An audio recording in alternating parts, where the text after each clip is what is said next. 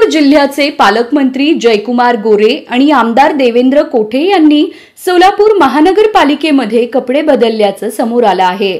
तर झालं असं की 3 ऑक्टोबर रोजी महापालिकेच्या आवारात पालकमंत्री जयकुमार गोरे यांच्या हस्ते घंटागाड्यांचं लोकार्पण झालं। लोकार्पण सोहळा करण्यासाठी पालकमंत्री खादीच्या कपड्यांमध्ये आले। लोकार्पण सोहळा नियोजनापेक्षा 2 तास उशिरा संपला।